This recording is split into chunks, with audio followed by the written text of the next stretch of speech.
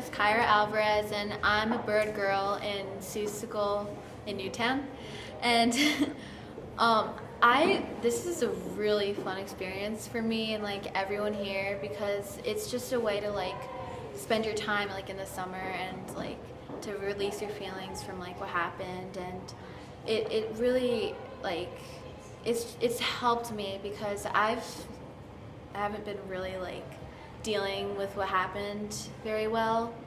but after this it's like bringing out all the happiness and like that we shouldn't focus on like the bad, and it's a good way to release like the like stress and everything that we've been through this whole year. But it's a good way to get through it, and I love like being with everyone because I made lots of new friends, and it's a really good experience, and I'm never ever not excited to come,